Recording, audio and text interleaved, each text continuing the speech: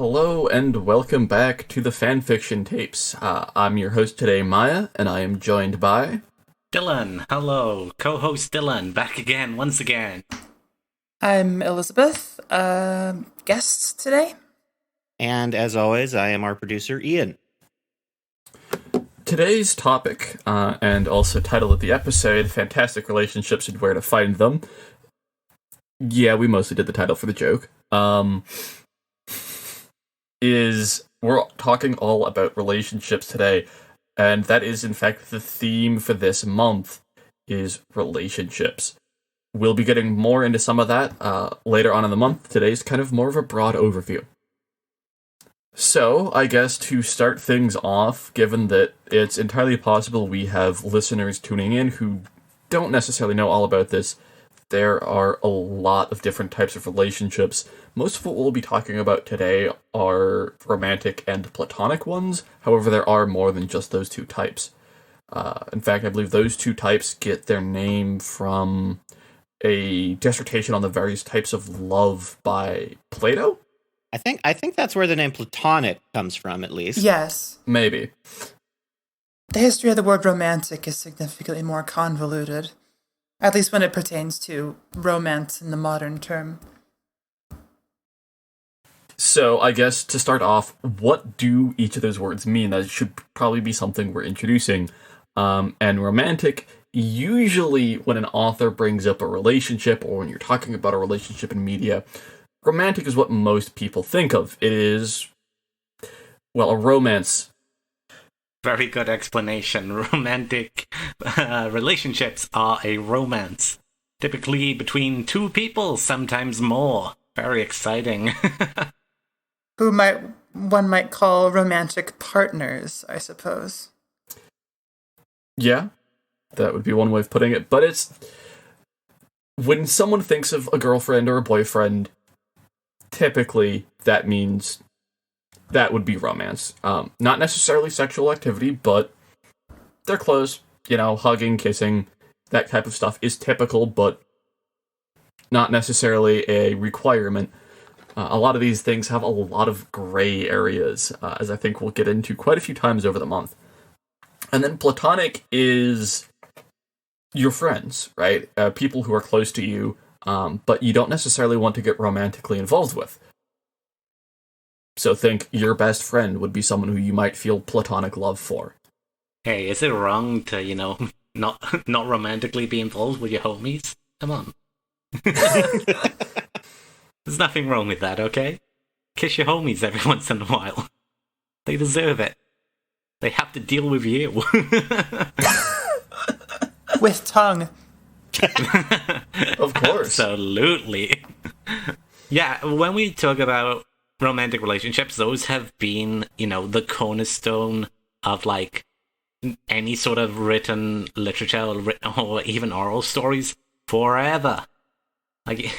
You go back and looking any sort of story from ancient times, there's always about, some sort of relationship, usually romantic. Platonic ones in, ancient times, I don't think we see as often. Usually we do. There are lots of ancient, epics about bosom buddies. But then again, it is up to interpretation as to whether they're bosom buddies or bosom buddies, if you catch my drift. Yeah. And that's why I don't say this many platonic, because I think most of them is up to the interpretation of who's reading it, going, yeah, this is kind of homie kissing. And also a lot of, stories back then I feel are overly brutal. Most guys are just killing each other. That's what I find too. Also, what we understand as romance and what we understand as more platonic behavior changes between times and cultures. So, yes, that's something I wanted to bring up, but that's so important. It varies so much from culture to culture. Yeah, what looks romantic to you might not look romantic to me. Even if we just go for look at the last century and how many romantic relationships were presented in animated movies. If we look at Disney, it's this guy found a woman sleeping in the woods and kissed her. Like, what? That's creepy as Yeah, that's wild, bruv. No one was consenting there. Yeah. Yeah, but if we look at many relationships back then, it's mostly women getting saved and feeling obliged to romantically like their savior and whatever. And honestly, it might have damaged a lot of men's perceptions of how to get romantically involved. Problematic romances right there, everyone. Yeah. Because when I think of a romance, I think it's important to put both partners on equal footing in some sort of fashion. Because otherwise, well, it feels weird. You know, and some would say that romance is one side is, you know, the dominant one and the other one is just being used by the other. But I think disagree. those types of stories can be compelling in themselves, but I don't necessarily think they constitute a quote-unquote healthy romance if you apply those standards to real life. Oh, definitely not. I know I've read many a up story where so-and-so is using another person just to like have emotional satisfaction or whatever, and the other person is, yeah. I mean, we all read fanfic. We've all read probably some messed up stuff at some point. I should hope so. Otherwise, what am I doing on a podcast with a bunch of Puritans? And another thing is, when we look at the most successful fanfics, they are mostly all based in some sort of romantic ship, you know, based on a relationship that is likely either not canon to whatever medium it's coming from and story, or a sort of underdeveloped relationship. I mean, we all know that. We're from the Ruby fandom. No underdeveloped relationships are a cup of tea. That might be a you problem, but I like Ketradora. I get plenty of the good shit. Yeah, you're lucky. God damn it. I was going to mention something, and then it completely trailed off. Well, do you want to talk to me about romantic and platonic relationships you enjoy, or do you have more? That is actually a really good segue. If only I had realized it was a good segue before you had to slap me in the face with it. Talk about romantic and platonic relationships we enjoy. In fiction or in real life? I'm assuming this is mostly fiction. Mostly fiction, yeah. Real life shipping? Cringe. I mean, I've read some RPF in my time, but I'm not going to divulge. So, Maya, what's your favorite romantic and platonic relationship you enjoy? Any of the standouts? That's a hard one, because I'm in, like, 4 or 5 fandoms with some really great ships. I'm going to shoot you right up a fandom I know you're involved in. Tell me about your Arcane platonic and romantic relationships. Okay. Arcane, big romance right off the bat, Kate Vi. Surprise to everyone who knows me. Oh, but for platonic for Arcane, that's a little hard, actually. I mean, people who would watch Arcane would definitely say Jason Victor. I wouldn't say that for platonic, but okay, I mean, go some on. people would. I mean, depends on how deep in the ship you are.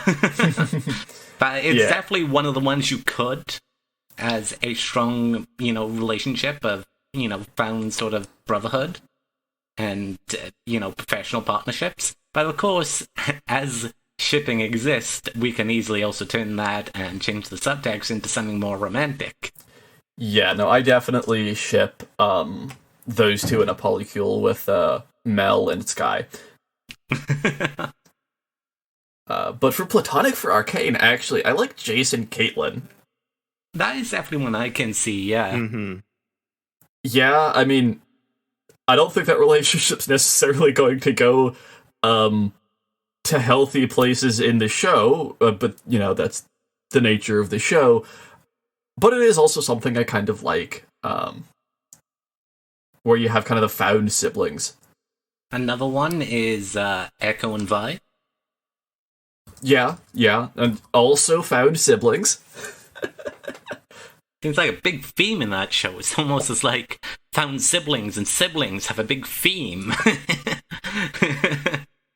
Gee whiz, sure would be shocking if found family was a trope. Elizabeth, do you have any you like? I have way too many to list entirely in this podcast, but I've got a whole bunch of them. In terms of romantic relationships, the one that immediately sprang to mind, just because I'm on a Kill la Kill like binge, or not a binge, but I've been thinking about the anime Kill la Kill today. Ryuko and Mako from Kill la Kill is like one that I really enjoy. The ship Ryu Mako, it's really wholesome. It's really supportive. Those two are just so goddamn adorable together. They are so cute, and Mako is just like Ryuko's like hype woman and supports her like all the way. And Mako's family like basically adopts Ryuko, and then Ryuko like is, I mean, she's an edgy. She's basically, what if Shadow the Hedgehog were an anime girl? But no, she is. You've seen her color scheme. She's basically Shadow the Hedgehog, but she's got a good heart. She protects. She helps Mako. She fights alongside her. She's just a total badass, and she is. Those two are just absolute G's together. But and I guess that's an example of like a wholesome or supportive relationship that I can think of. One that's more like one that I've engaged with media in is like that's more codependent and not really healthy at all, really, but like one that it's like my fantasy for them, my canon is like they both get therapy, and it's what I want for them is from the anime Neon Genesis Evangelion, Ritsuko and Misato. Those two give off massive like amicable exes, half amicable exes energy in the show. And due to the circumstances of the anime, nobody's really mentally healthy at all. If you've seen Ava, you know that everyone needs a therapist. Everyone. And so like I kind of like the idea of them like sort of being like having a complicated relationship with each other, which makes for some really interesting like fan fiction and fan art like premises. Like it can be very angsty, it can be very like it can evoke a whole lot of like complicated and ambiguous feelings, which I really like. And then an example of a platonic relationship I really like, and I don't know how many of you have seen the movie Your Name or Kimi no Na wa. Yes, but I really prefer. Some people interpret Taki and Mitsuha's relationship as romantic, but I really don't. I think it's something deeper than romantic. I really think it is. But then again, it's like platonic isn't even quite the right word, but it captures it better than romantic because the bond they share is so utterly intimate that it's calling it romantic feels shallow and reductive because they've literally walked a mile in each other's shoes. I'm not going to spoil too much of the movie if you haven't seen it, but it's those two, like they have a very, very, very close kinship by the end of it. And I think that is something really beautiful. Yeah, I have seen none of those, and I actually have to admit I confused Kill la Kill and Neon Genesis for a while. That's fair. During that conversation. A lot of the same folks worked on them, so like, it triggers the successor to Gainax in most ways. So come on, Maya. Even I've seen Your Name, and I'm me. I'm an anime newbie. About really the only anime I've watched is Fullmetal Alchemist. Fullmetal Alchemist, Legend of the Galactic Heroes, and Ruby. Come on, Ruby. If you ever want any anime recommendations, I will be happy to oblige.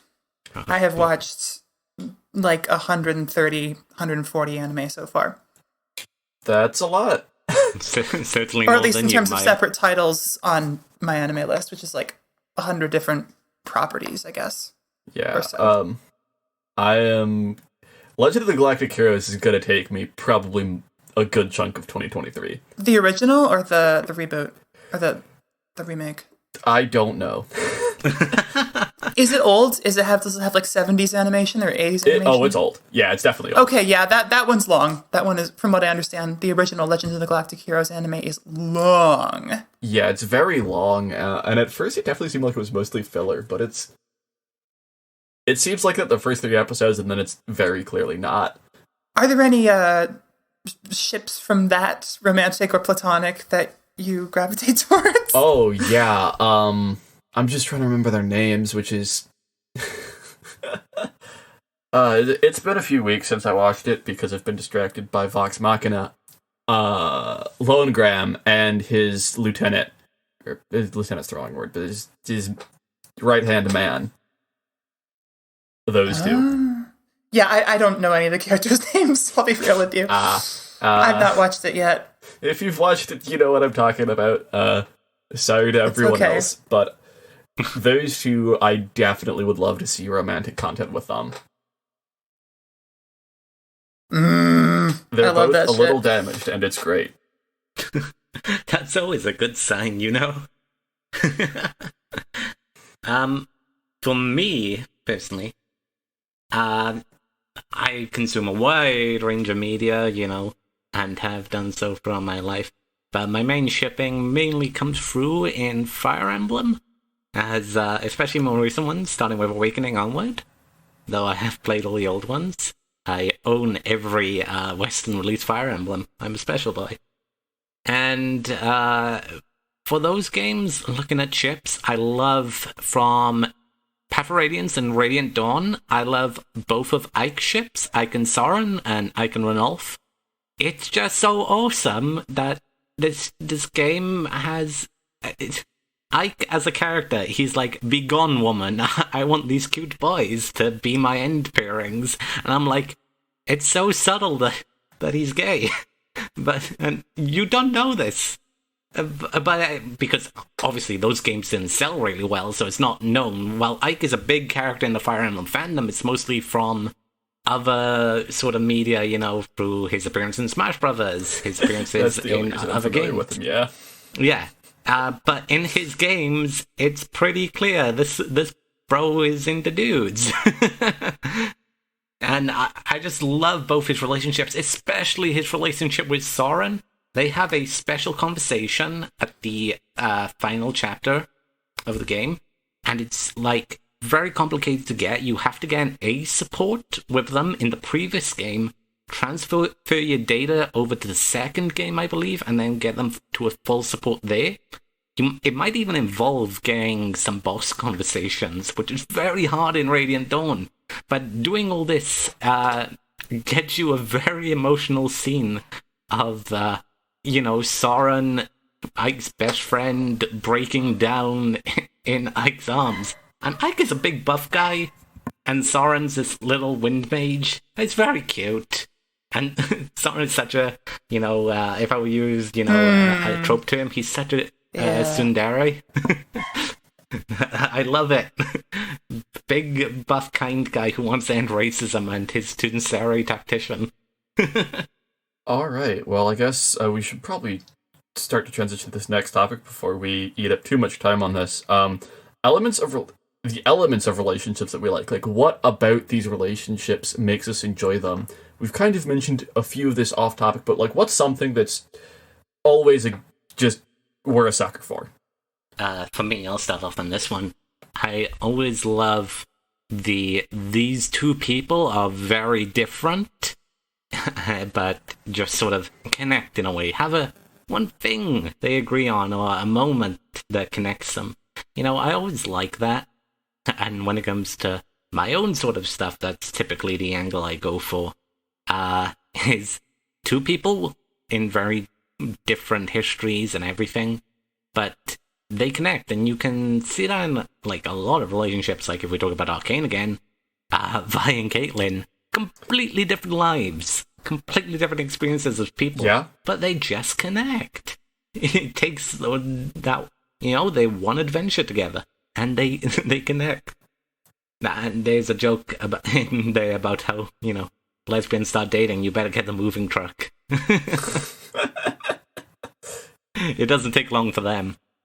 But yeah, that's really my favorite type of element is people who have very different connections to one another, and how that molds together. It's great. Valid. I have been there. I'm a big sucker for enemies to lovers. It's a little basic, but stuff like that, where it's similar to what Dylan said, where they're from very different backgrounds, or even if they are from the same background, but, completely hate each other. No offense.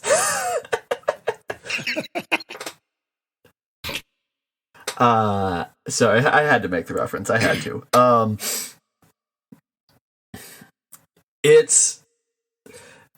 Their relationship is a little bit more complicated. There's more to strings to play with, so to speak. And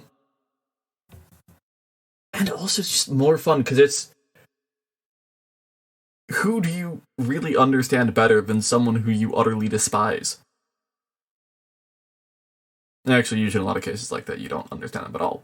But this is fiction, not real life.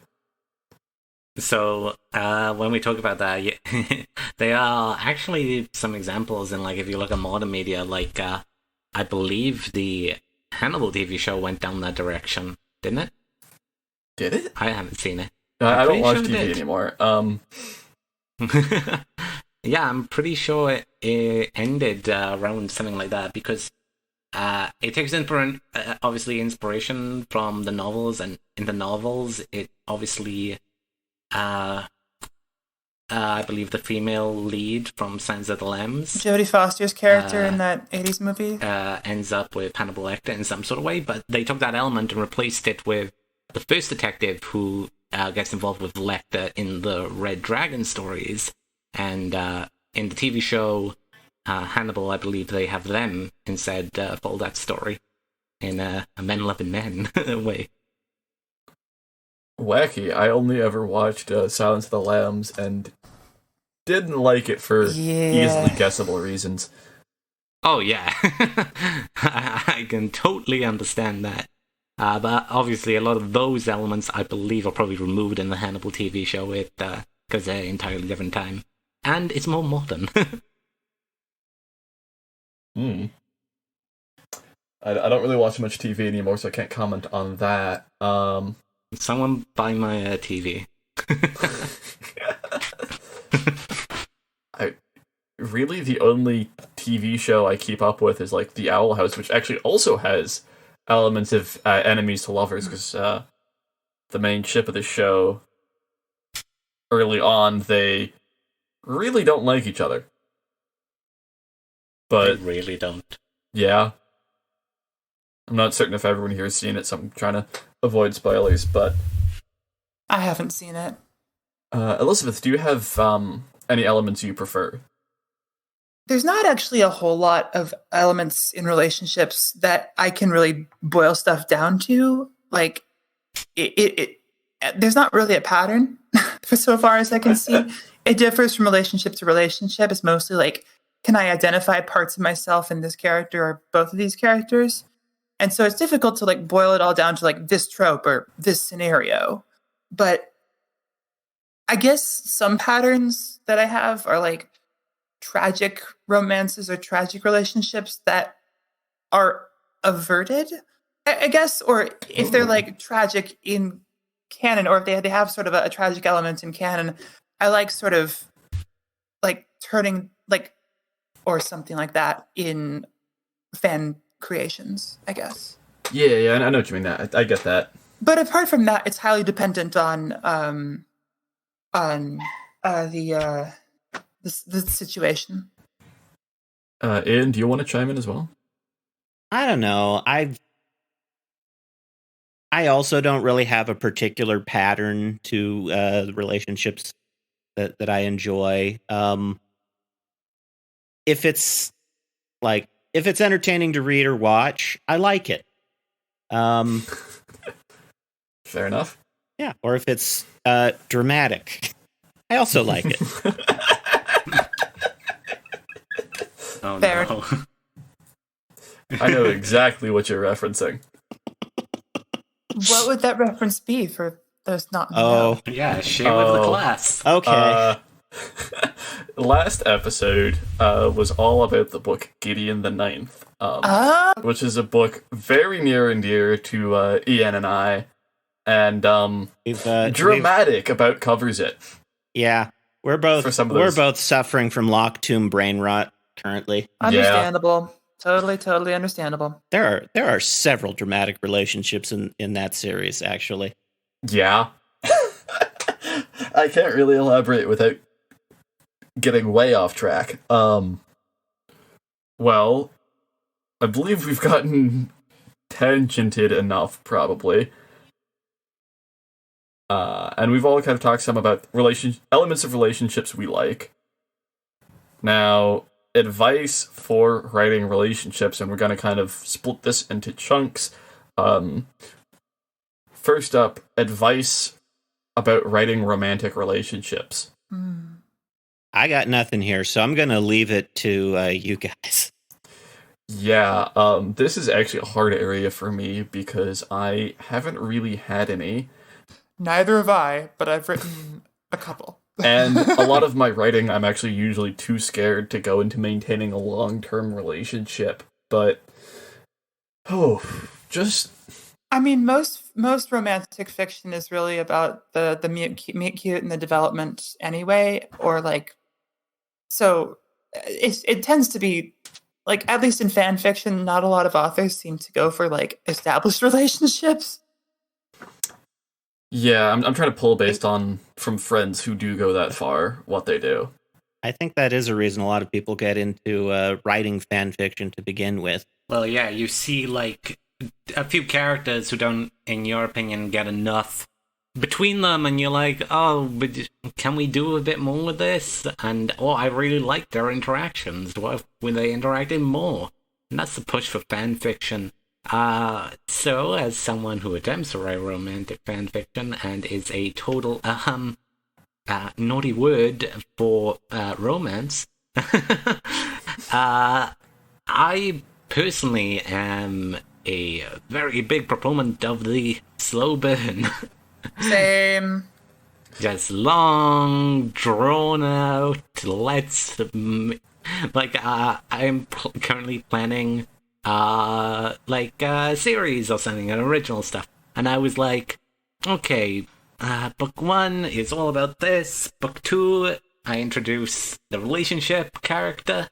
So we now have both of them in there. Book 3 will do this, and then book 4 will start the relationship. Yeah, 4 books to start it. That sounds good. Out of 7. I was like, that's enough slow burn for me. I like slow burn. I can't write it because I'm just too weak. I'll be like, yes, I will do slow burn this time. Exactly. I'll start doing it, and then I'll just give in, like, before I even really start to slow burn things, and I'll be like, damn it, not again. A thing that I think I have the advantage for here is I was in an online relationship for quite a long time, so most of my interactions were over text form, and that has helped me build up quite the, as I would describe it, text flirtiness. So writing any sort of flirtations in text is really fun for me and gives me a sense of wage and nostalgia. And using that, I think I can develop relationships pretty well in terms of flirtations. And it's always really fun for me, especially teasing jokes, just like, you know. And also, just another thing I do is once the relationship is in, one or both completely adore each other, and I have so much fun doing that.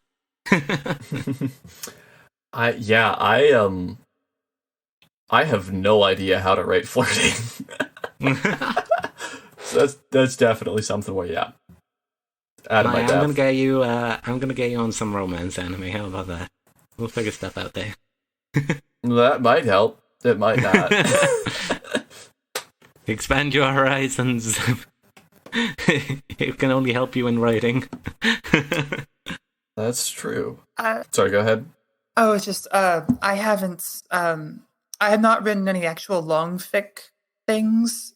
Everything in my sort of fan fiction writing output has more or less just been either one shots. Like in terms of fan fiction, written fan fiction, I've pretty much just done like short stories or moments in, say, like an established relationship or like the meet cute or whatever. But so I don't know. I can only speak to that. Yeah, same here. I don't think I've done any single thing over about 10,000 words. So pretty short limit on a lot of my stuff. But I think those can be valuable as well. Like it allows, it's sort of a particularly vivid moment in the reader's conception of the relationship, beyond which they can sort of fill out their own conception of that ship or platonic relationship or whatever, which I think I kind of like, honestly, because I don't think everything needs to be necessarily written. I think a lot can be implied and a lot can be left up to the reader to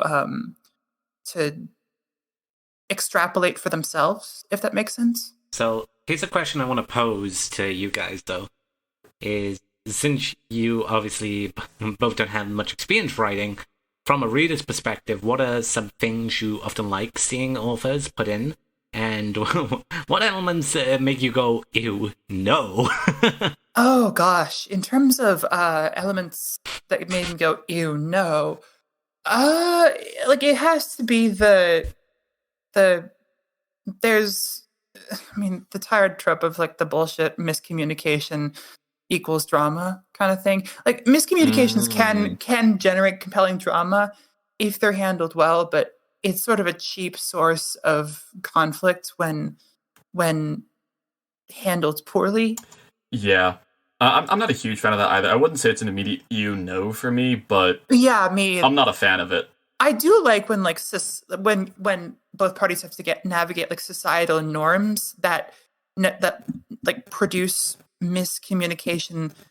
They sort of enforce miscommunication or lack of communication between the parties because of the strictures that circumscribe their speaking and communicate their way of actually conveying stuff to each other.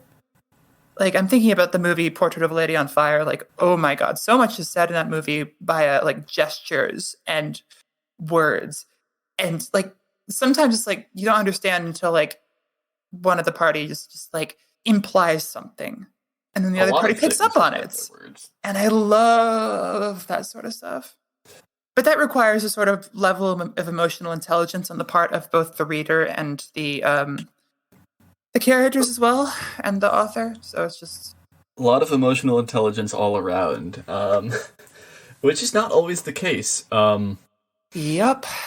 There's definitely more than a few pieces of media I like where the prospective character or the characters involved in something do not have the requisite emotional intelligence for that. Example? Yeah, the Locked Tomb, the main character, Gideon Nav, is a dumbass when it comes to relationships. She's a dumbass in general, I think I can say safely. Yeah. But she's been a bit isolated, you could say. I feel like that can be compelling in itself as well, because like it makes for a highly sort of individualized character. It's a strong character trait. Oh, and that can it's rub very up compelling against other characters in a really interesting way. Yes, that definitely does happen. If we are gonna talk about like things that we don't like in romantic relationship, one thing that I'm sure we all can agree on that's not necessarily romantic, but romantic tied is I hate the ultra super does nothing giga chat. Typically straight white male character who gets all the relationships. There's a reason for that. It's mostly trash. There's some like anime that really do it well, and usually like the guy in question has an element of cringe about him. I'm thinking of like Okabe Rintaro from Steins Gate, or like Natsuki Subaru from ReZero. Like they're compelling because they're cringe. Yeah, they're not chads. My favorite anime is Kaguya-sama Love is War. Oh my god. Immediate sounds of pain. No. In good way. I love that too. Both of them are such dumbasses, and Miyuki is like he is a Giga Chad in some ways, but he's also like not. He tries to be a Giga Chad because that's the only way he sees himself being in a relationship with Kaguya. True. Like, he's like, I must be the Giga Chad, otherwise I'm not good enough. But that's he's not naturally that way. He pushes himself to be that way, and it's a really compelling character trait. Yeah, the only male-female ships I have, if you try and characterize the male as a Chad in any way, you are characterizing him wrong. Like, that stuff can only be done well ironically, I guess. Like, for comedy's sake. It has to be, like, somewhat subverted. Chad. Yeah, it's like... Well, it's also because most of the male-female ships I like, the dude is almost always more than a bit dorky and a bit of a loser. In a good way. I'm thinking in particular Harry Dresden of the Dresden Files, and Palamides Sextus of the Locked Tomb, and a little bit Percy Jackson of Percy Jackson and the Olympians. I think that's it for, all the actually male-female ships I ship. So, if we go along with that, how do you guys take to platonic relationship writing as I think? Because I imagine you guys have written some friendships or some, relationships between people not romantically involved. Yeah, I've written some. And one thing I would say is don't be afraid to, one, let male and female characters be close, but not romantically involved. I love that shit. I love platonic male-female relationships. Give me some more of that. Yes, oh my god, have any of you seen the TV show Elementary? No. I have not. I've heard good things about it, though. I think I watched like the first 4 seasons way back in the day, but yeah, it's got a great example of that. And it's not even fan fiction, it's just like actual TV show, but like the two are kind of fan fiction by nature. But... Well, any Sherlock Holmes adaptation is going to be fan fiction. So like technically, but it's only fan fiction in the way that like Dante's Divine Comedy is fan fiction. It's officially sanctioned, so. Well, that's better than being fan fiction in the sense that 50 Shades is fan fiction, I suppose. Oh, God. The quintessential bad fan fiction of romantic. Yeah, things not to do. All of 50 Shades. I listened to a YouTuber read some experts of, it wasn't 50 Shades, but it was another Yale James book. Oh my god. What other books has she written besides 50 Shades? It was one about a guy who... Okay. It was a guy who's not only is he boinking his dead brother's wife after he just died, but then he's also boinking his, I think she was Polish maid who can barely speak English. E.L. James has a thing for women who can barely cope being taken by very rich men, and it's predatory, and I don't like it. Oof, yeah. Yeah. Another thing I will never read. Understandable. Have a nice day.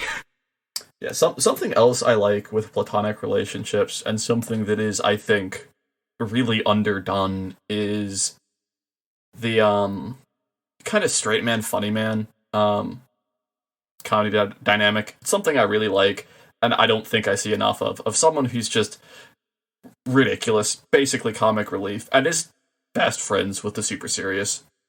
I love that. Not to make a D&D comparison, but recently I've been playing a lot in one of our campaigns, Maya, and I feel like my character and your character have been doing that quite a bit. I think Nye and Ash are developing a very interesting... We are both magic users. I don't know what I'm doing, and you're a wizard. Help me. It's a little bit both we're a little traumatized, but it also doesn't help that Nye's been like every other party member. They hate him. R.I.P. Yeah. It's deserved. Well, I think there's a little bit of that straight man, funny man dynamic also in the friendship between Harry Dresden and Michael Carpenter.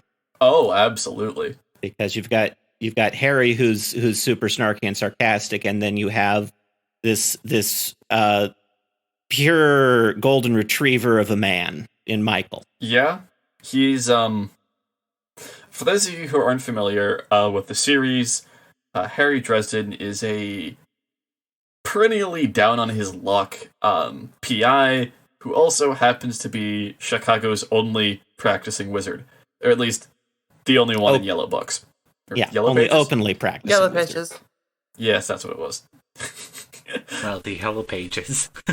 And Michael Carpenter is a Knight of the Cross, is I think the term. Yeah. He's a fucking Knight Templar? Less of an asshole. Yeah. Okay. Alright. Yeah. He is probably like, if you were to try and describe morality on a flat spectrum, which is already a challenge, Michael Carpenter is probably like morally the best person. Nice. I mean, yeah. But that has its problems. Yeah. There's something also that I want to say about platonic relationships in fiction versus not versus romantic relationships, but there are like certain things that I like to see and read in fiction about like platonic relationships potentially developing into romantic relationships, aka I guess one might know it as the quote unquote friends to lovers trope or scenario. But at the same time, I think, I don't know, it's just something I like. But then also I think there's something to be said for stuff that is ambiguous between platonic and romantic relationships. It's like neither party quite knows where it falls. And I like that sort of tension and ambiguity of like, wait, are we friends? Are we more than friends? Yeah, or does this have to be quote unquote more than friends? Is this just sort of a special relationship that doesn't quite fall into anything? That's actually a really good point and reminds me of something I did want to mention. Don't necessarily try to fit relationships into just these two boxes or into any amount of boxes, although if you have like 100 boxes, you might do a little bit better than just if you have 2 boxes. Because, well, real life is messy. Yeah, and each person, I mean, each character, assuming characters are well written, they're like as individual and as specific as people, and each relationship between characters, just like each relationship between individual people, is going to be like, I mean, it's going to be a special snowflake. It's going to be one of a kind. Yeah, really the only great way you could categorize people is if you had about 15 billion boxes. At the time of recording, I think Earth's population is around 8 billion. So each person falls into 2 boxes by themselves. Yep, it's... Can I get an extra box? I broke mine. Categorizing things, as much as we humans love to do it, often doesn't work very well, and that actually kind of is a decent segue into the next thing I wanted to talk about, because while most of us here on the show are queer, we understand that that's not true of everyone on the internet. Hello, I am the non-queer. We're ganging up on you.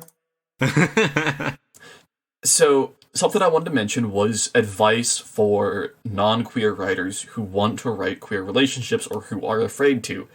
Because it is probably a bit scary, and there is some degree to which it should be. But that shouldn't stop you from being inclusive with your writing. I think the most important thing personally is just to treat the characters like human goddamn beings. Yeah. Also, something important is to do your research, and to not just do research, but to understand us as human beings, like Elizabeth said. Because, I mean, really, that's the nitty-gritty of it, is we're people. And we won't necessarily fall into the same boxes as the cis het norm might insist on there being in a relationship.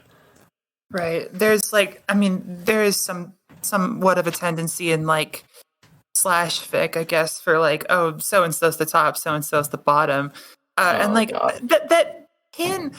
It's not necessarily that's necessarily a bad thing, because that does occur in some real life relationships, but also it's necessary. It's necessarily reductive, and so that's why you have subcategories. I mean, if you want to subcategorize 15 billion ways, like you said, it's you have the bratty bottoms, you have the service tops, et cetera, et cetera, et cetera. So there's lots of different ways, and I think getting a handle on writing queer relationships requires at least reading lots of well-written queer relationships, just to internalize the kinds of things that other writers do well. I mean, to be able to become a better writer, just read. Yeah. Basic pro tip of writing: read. Yeah, that's actually something I hadn't thought of, Elizabeth, was go see how queer people write ourselves. See what we do. Because not every queer person is going to be the same as some archetype or whatever. Queer people are not a monolith. Yeah, that's actually one of my friends asked in a server of trans people or it's not just trans people. He asked the trans population who know him well about advice for writing trans characters, and that was something. Was this in TQN? No, this was elsewhere. Oh, okay. God, if it was someone in there, if it had been Tab, he would have. I'm sorry. Never mind. If it had been Tab, I would have told him you already did it. You've read his Mordred fic also? Yes, it's good. Oh, it's so good. It's so good. He refuses to believe me, but maybe that's because I'm a woman and I still haven't brought him his sandwich. This is a joke for 5 people. Yeah, the 5 people will love it, though. Us and the few randos from that server who listen. Yeah. I love Tab. Oh, he's great. Anyway, back to your thing. The guy who asked, or the person who'd asked. Yeah, he was asking for advice on writing trans people. And this is a writer who I already would have had faith in him doing a good job. I've read his other work. He's a very good writer. And he's very careful when he depicts sensitive things. Queer people aren't monoliths, and also just going and asking us, while at some point a necessary step, not everyone you know who's queer will be comfortable or able to do that. Yeah. I think perhaps generalized online spaces such as r/MTF for me sorry. might some yes, Reddit cringe. Because that allows people to engage if they want to, which is a little bit different from just asking people you know. And you do definitely need to be mindful of the fact that not everyone is going to be able to tell you, hey, this is bad, this is good. There's a few wrong ways to do it, and there's no single right way to do it. There's definitely things you can do where almost any trans person will be able to go, you done up. Yeah. So what I want to bring up is, just as someone who does writing, everything I've written, I don't know if this says something about me. Maybe I'm not comfortable with writing male to female relationships, as I am women loving women, because that's all my writing. And I don't know what that says about me. Maybe it's because I don't like writing male characters, because I'm male, and I'm like, I don't want to write about Dylan. Because you're like, I want to get away. This is more of escapism, I guess, from real life. Get away from Dylan. That's fair. Let's talk about this other person and what they do. And that's why I read romance fics, because I'm perpetually single. That's the same. I feel attacked. All right, I think we are actually running probably over what we wanted to do on time. Hopefully there's enough dead space to account for that. Well, we also do have some rap stuff at the end. So, Ian, do we have anything in our mailbag on your end? We do not yet. Again, if you want us to talk about something on the show, for all 10 of you who listen, email us at the fanfictiontapes@gmail.com, or leave a comment on the YouTube video or a review on Spotify or Apple Podcasts. We'll see those. On Spotify? We are on Spotify. Sick. We're on most major podcast platforms at this point, although Google Podcasts is a week behind. F. Yeah. They're not quite a week behind, but they're like a few days, I think. All right. We are also on Twitter. You can add us there. We're at fanfictiontapes. I mostly post about, the episodes going up. But sometimes we do post other stuff there, and if you want to answer any of our challenges or prompts, answer it with the hashtag #thefanfictiontapes. And if we like it, we'll see if we can get it into an episode. Speaking of prompts and challenges, I have a challenge for our listeners this week. Write a relationship you've never written before. Something like a type of relationship. If you've never really written a relationship that deals with the complexities of being in between that space between platonic and romantic, I think that now would be an excellent time to try doing that. Carol, write the A Men Loving Women fanfic. No, you. And then also, something we kind of wanted to do throughout the month of February, because it is, at least here in the US, Black History Month, talk about works by Black creators. And I have one I'd like to talk about. I'm not done with it yet, unfortunately. I actually started it pretty recently after completely forgetting about it for like a year. It was called, I believe, Legendborn. I'm actually pulling it up on my phone right now. Yeah, Legendborn by Tracy Dion. Which is, if you're like me and you like urban fantasy, might be up your alleyway. I've been really enjoying it so far. It also incorporates a bit of Arthurian legends, which is actually how I heard about it. I heard about it through my Arthurian literature class a while ago. And it's really, really good. I'm enjoying it so far. It deals a lot at the start with grief, which is, it's heavy and sometimes, and I'd imagine for folks who have dealt with that particular type of grief a little bit more directly, fortunately my parents are both still alive, it would hit home. It's well written, and something I look forward to reading more of when I'm not doing too much homework. Alright, I think that is, however, all the printer ink we have for the day. Actually, hang on a second.